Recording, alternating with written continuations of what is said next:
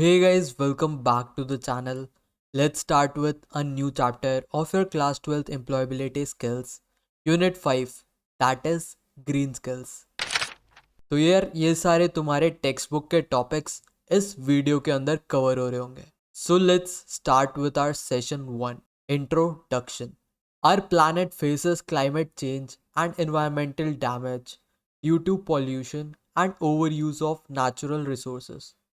तो यार आजकल क्लाइमेट पॉल्यूशन और वेदर एक्सट्रीम लेवल पे चेंज हो रहा है. जहाँ इस टाइम पर तुम अपने फूल वाले कमलों में होते थे, बट दिस ईयर तुम स्टिल चड्डी बनियान में हो. ये सब हो रहा है कॉज हम इन्वायरमेंट के साथ केयरलेस होते जा रहे हैं. एयर वाटर सॉइल सब डिग्रेड हो रहा है. इसलिए हमें ग्रीन स्किल्स डेवलप करनी है, जो इस चैप्टर का नाम है. Everyone must adopt eco friendly practices to reduce pollution and conserve resources. तो यार हमें ग्रीन स्किल्स डेवलप करनी है, मतलब ऐसे हैबिट्स और ऐसे जॉब्स जो इन्वायरमेंट फ्रेंडली हो. इनके सिंपल एग्जांपल, जैसे तुम ब्रश कर रहे हो तो अपना टैप बंद कर दो, प्लास्टिक बैग की जगह क्लोथ बैग यूज़ करो, साइकिल या फिर इलेक्ट्रिक व्हीकल का यूज़ करो instead of petrol vehicles. Left over पानी अगर तुम फ्रूट या वेजिटेबल वॉश करते हो तो जाके प्लांट्स को दे दो. ऐसी छोटी छोटी चीज़ें करके तुम एनवायरनमेंट को बचा सकते हो. तो यार आखिर देखते हैं ग्रीन जॉब्स होते क्या हैं. जॉब्स दैट प्रोटेक्ट और रिस्टोर द एनवायरनमेंट. तो यार ग्रीन जॉब्स वो जॉब्स होती हैं जो एनवायरनमेंट को प्रोटेक्ट या फिर रिस्टोर करते हैं. They exist in both traditional manufacturing construction and new sectors, renewable energy, waste management. तो यार ये जो ग्रीन जॉब्स है हर सेक्टर में एग्जिस्ट करती है, चाहे वो मैन्युफैक्चरिंग वाली इंडस्ट्री हो, कंस्ट्रक्शन वाली इंडस्ट्री हो, तुम्हारी एनर्जी वाटर या फिर वेस्ट मैनेजमेंट वाली इंडस्ट्री हो. हर जगह हम ग्रीन जॉब्स इंटीग्रेट कर सकते हैं. तो यार यूएनईपी के अकॉर्डिंग जो डेफिनेशन है ग्रीन जॉब के is jobs that contribute to preserving और रिस्टोरिंग एनवायरमेंटल क्वालिटी. तो यार ग्रीन जॉब्स वो काम है जो एनवायरमेंट की क्वालिटी को प्रिजर्व या फिर इम्प्रूव करते हैं ऑलरेडी एग्जिस्टिंग से. तो ये तो हो गया ग्रीन जॉब्स के बारे में. आखिर होते क्या है ग्रीन जॉब्स? ऐसी जॉब्स जो हमारे एनवायरनमेंट को या तो प्रोटेक्ट करे या फिर जो भी खराब हो गया उसे वापस रिस्टोर करे. अब इन्हें करते कौन है? Green collar workers. आओ देखते हैं आखिर ये है कौन. तो यार ग्रीन कॉलर वर्कर्स ऐसे लोग हैं जो इन्वायरमेंटल रिलेटेड काम करते हैं. इन्हें हम कहते हैं green collar workers, people working in environmental sectors. तो यार इनके एग्जाम्पल देखते हैं, जैसे green building architect, environmental consultant, recycling manager, solar and wind energy engineer, organic farmer. तो ऐसे बंदे जो डायरेक्टली या फिर इनडायरेक्टली हमारी इन्वायरमेंट को सेव करने में लगे हो, उन्हें हम क्या बोलते हैं? Green collar workers. तो यार इंडिया में गवर्नमेंट ने भी कुछ इनिशिएटिव्स लिए हैं. आओ देखते हैं क्या क्या है. सबसे पहले usage of non fossil fuels. जितना ज़्यादा हो सके सोलर एनर्जी, हाइड्रो एनर्जी मतलब वाटर के थ्रू जो एनर्जी जनरेट होती है, विंड एनर्जी, ऐसे रिसोर्सेज का यूज़ करो rather than petrol. Then we have is green buildings का यूज़ करो, मतलब जो एनर्जी एफिशिएंट होते हैं, जिनके ऊपर सोलर पावर लगे होते हैं. Skill council of green jobs, ये एक ऐसी ऑर्गेनाइजेशन है जो लोगों को ट्रेन करती है किसके लिए? For renewable energy and waste management. जहां लोगों को रिन्यूएबल एनर्जी, वेस्ट मैनेजमेंट और सस्टेनेबिलिटी में अलग अलग तरीकों से ट्रेन किया जाता है. ये एक मेक इन इंडिया कैंपेन है. ग्रीन मैन्युफैक्चरिंग और इनोवेशन को पुश करो. It promotes green manufacturing and sustainable innovation. तो ये तो था जो इंडिया में अभी चल रहा है ग्रीन इनिशिएटिव्स. अब देखते हैं आखिर ये जो ग्रीन जॉब्स है इनके क्या क्या बेनिफिट्स हैं. Benefits of green jobs. सबसे पहला benefit, it reduces green house gases.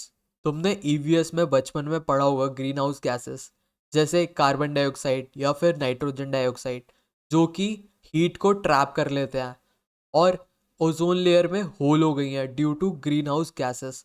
इनको कम करने में हमारी ग्रीन जॉब्स हेल्प करते हैं. Second we have is it saves raw material and energy. तो यार हमारी फ्यूचर जनरेशन के लिए भी रॉ मटेरियल सेव होगा इससे और एनर्जी भी सेव होएगी. Third we have is it controls waste and pollution. जितना भी वेस्ट जनरेट हो रहा है उसकी मात्रा कम होएगी, जितना भी पॉल्यूशन जनरेट हो रहा है उसको भी सिग्निफिकेंट अमाउंट में रिडक्शन आएगी। Fourth we have is it protects ecosystem, ठीक है। फिफ्थ वी हैव इज जो भी सडन क्लाइमेट चेंज हो रहे हैं वो नहीं होएंगे। तो ऊपर से देख लो, हम चलते हैं फिर नेक्स्ट स्लाइड पे। Next topic you guys have is green jobs in different sectors. तो यार डिफरेंट सेक्टर्स में ऐसी कौन कौन सी ग्रीन जॉब्स एग्जिस्ट करती है, आओ देखते हैं। सबसे पहले एग्रीकल्चर इंडस्ट्री में organic farming grows food without chemicals, safe for soil and health.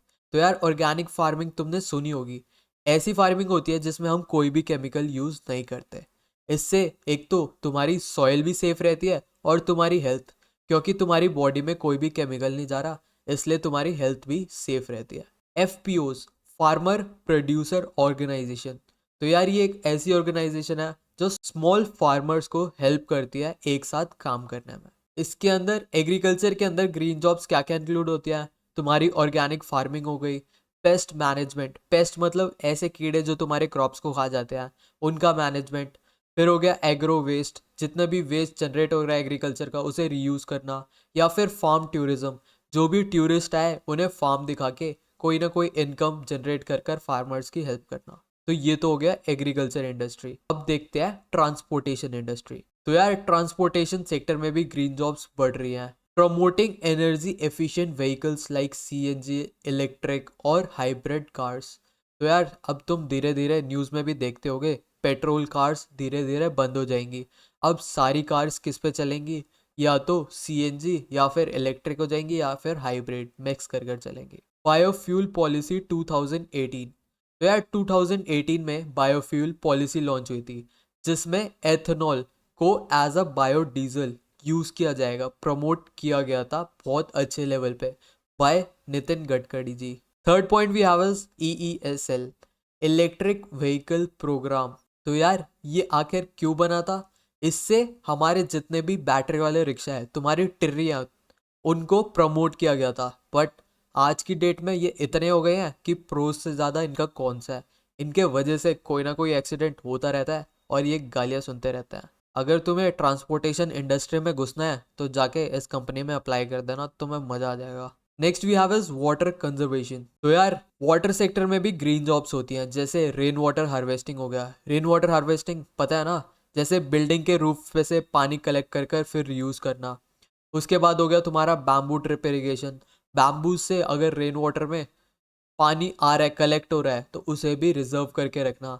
या फिर साइकिल रन वाटर पंप्स। बहुत सारे पंप ऐसे होते हैं जो साइकिल के पेडल से अटैच होते हैं। अगर तुम साइकिल चलाओगे तो वाटर पंप चलेगा, जिससे वाटर और एनर्जी दोनों सेव होएगी, तुम्हारी एक्सरसाइज भी हो जाएगी और तुम्हारी इलेक्ट्रिसिटी भी जनरेट होगी। इसके अंदर जॉब्स कौन कौन से हैं, वाटर मैनेजमेंट में तुम जा सकते हो, वाटर क्वालिटी टेस्टिंग में जा सकते हो, या फिर जहाँ पर भी वाटर कंजर्वेशन होता है वहाँ पर जाके अप्लाई कर सकते हो। Next we have is solar and wind energy. जैसे ही नाम से पता चल रहा है, सन और विंड को यूज करना टू जनरेट एनर्जी। क्लीन होती है, that reduces carbon emission. Nuclear power plant जहाँ पर कार्बन एमिट करते हैं, बट सोलर और विंड एकदम क्लीन रिसोर्सेज होते हैं, इनसे कोई भी कार्बन एमिशन नहीं होता। इसके अंदर कौन कौन सी जॉब्स है, जैसे सोलर पैनल इंस्टॉलर, या फिर रूफर, या फिर सोलर राइटिंग टेक्नीशियन।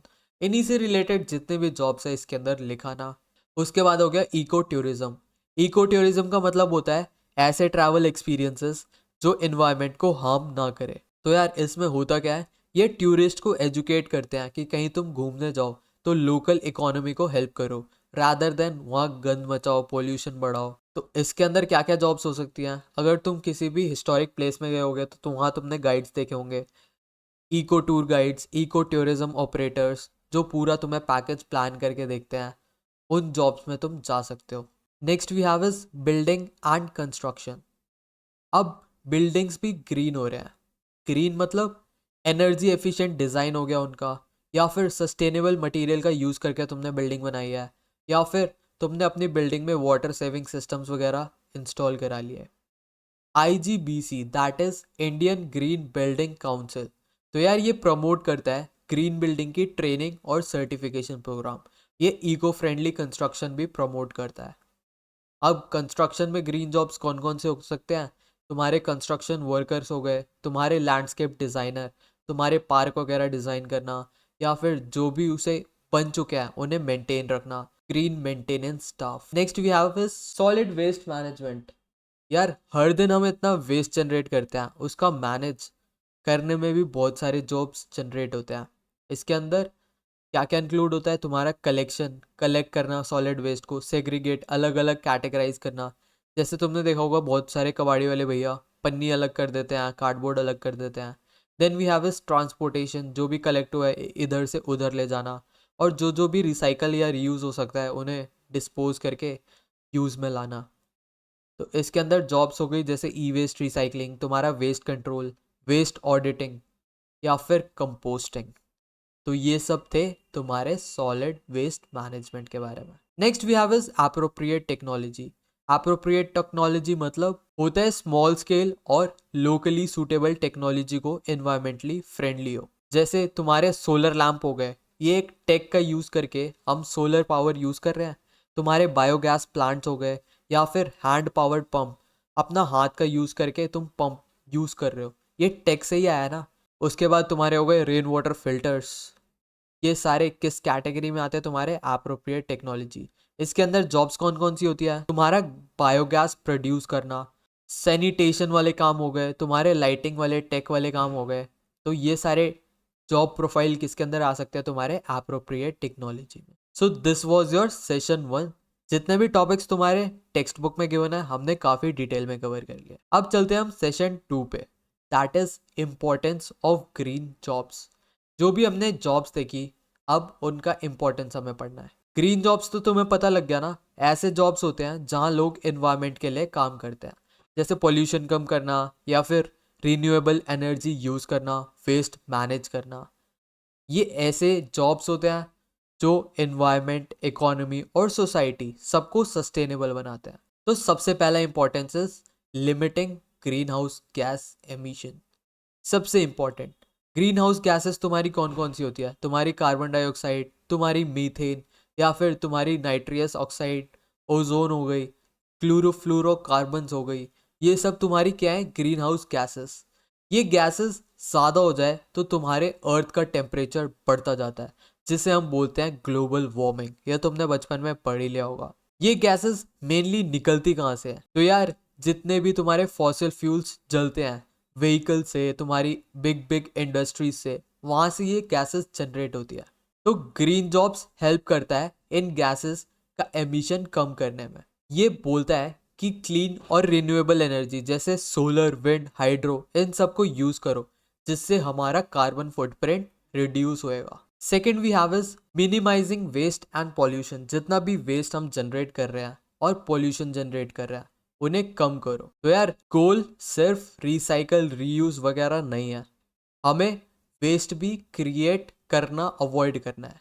हमें जो भी प्रोडक्ट बन रहा है उसकी क्वालिटी भी इंश्योर करनी है। तो आओ इसे एक एक करके समझते हैं। सबसे पहले देखते हैं reusing scrap material. Damage paper roll हो गए तुम्हारे, या फिर प्लास्टिक के बॉक्सेस हो गए, उन्हें तुम दोबारा रीयूज कर सकते हो rather than throwing them in dustbins. Second we have is ensuring quality control. Quality मतलब जो भी सामान ले रहे हो तुम चेक करो ताकि डिफेक्टिव प्रोडक्ट्स ना निकले। अगर डिफेक्टिव प्रोडक्ट तुम्हारे पास आ गया तो तुम यूज करे बिना ही थ्रो करोगे, जिससे वेस्ट और बढ़ेगा। Then we have is waste exchange. एक ऐसा प्रोसेस, एक प्रोसेस का वेस्ट दूसरे प्रोसेस का रॉ मटेरियल बन जाता है। जैसे तुमने केले खा लिए, अब केले का छिलका किसी प्लांट के लिए फर्टिलाइजर बन सकता है, तो ये वेस्ट एक्सचेंज हो गया। Then we have managing e waste.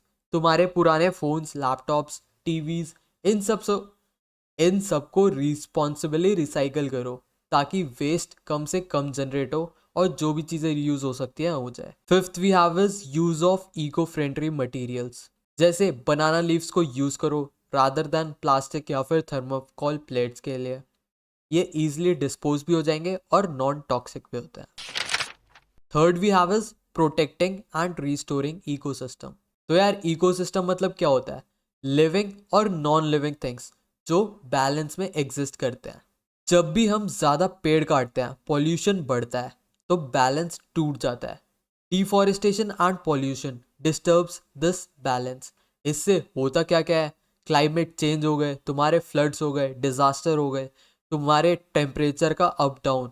जैसे अभी नवंबर में इतनी ज़्यादा गर्मियाँ है, बट यही तुम 4-5 साल पहले देखोगे तो इस टाइम तक इतनी अच्छी खासी ठंड हो जाती थी कि बाहर चलना मुश्किल होता था। अब प्रोटेक्शन मेथड्स आखिर है क्या? जैसे एफॉरेस्टेशन, ट्रीज कट करना अवॉइड करो। इससे होगा क्या, सॉइल की हेल्थ भी इंप्रूव होएगी, सॉइल की जकड़ भी अच्छे से बनी रहेगी, जिससे सॉइल इरोजन भी नहीं होगा। Then we have is maintain forest and wet lands. जितने भी फॉरेस्ट है कटते जाएंगे तो उससे क्या होगा, फ्लड का पानी रुकेगा नहीं, तो फ्लड जैसे आती है उससे और भयानक लेवल पे आएगी। लैंडस्लाइड्स, क्योंकि हमारे ट्रीज के रूट्स सॉइल में एग्जिस्ट ही नहीं करते, तो इससे होगा क्या, जो सॉइल होगी वो लूज होगी और तुम्हारा लैंडस्लाइड्स और बढ़ते जाएंगे। Fourth we have is adapting to effects of climate change. तो यार some climate change impacts are unavoidable, we must adapt. तो यार अब डैमेज हो चुका है, क्लाइमेट चेंज ऑलरेडी हो रहा है, तो अब हम इसे कंट्रोल या फिर अडेप्ट कैसे करें? जैसे grow drought resistant crops in low rain area. अब कोई ऐसे एरियाज हैं जहाँ पर बारिश होती नहीं, तो वहाँ पर हम क्या करेंगे, ऐसे क्रॉप्स उगाएंगे जहाँ पर पानी की कम रिक्वायरमेंट हो। National action plan on climate change. तो यार इंडिया ने जून 2008 में लॉन्च किया था NAPCC, that is national action plan on climate change. इसके अंदर तुम्हारे 8 मिशंस थे: solar energy, energy efficiency, sustainable habitat, water, Himalaya ecosystem, forestry, agriculture and strategic knowledge for climate change. तो यार ये डेवलप क्यों हुआ था? इनका मेन एम था ग्रीन हाउस गैस एमिशंस को कंट्रोल करना और लोगों को क्लाइमेट इम्पैक्ट्स के लिए तैयार करना। तो तुम्हें पता लगा कि ग्रीन जॉब्स इतनी मैटर क्यों करते हैं। तुम्हारे green jobs climate change control करते हैं, तुम्हारे वेस्ट और पॉल्यूशंस को कम करते हैं, इकोसिस्टम प्रोटेक्ट और रिस्टोर करते हैं, अडेप्टेशन में भी हेल्प करते हैं, और सबसे इम्पोर्टेंट ये जॉब्स क्रिएट करते हैं सस्टेनेबल फ्यूचर और न्यू अपॉर्चुनिटीज के लिए। So this was your complete unit 5, that is green skills. Thank you guys for watching. See you in the very next video.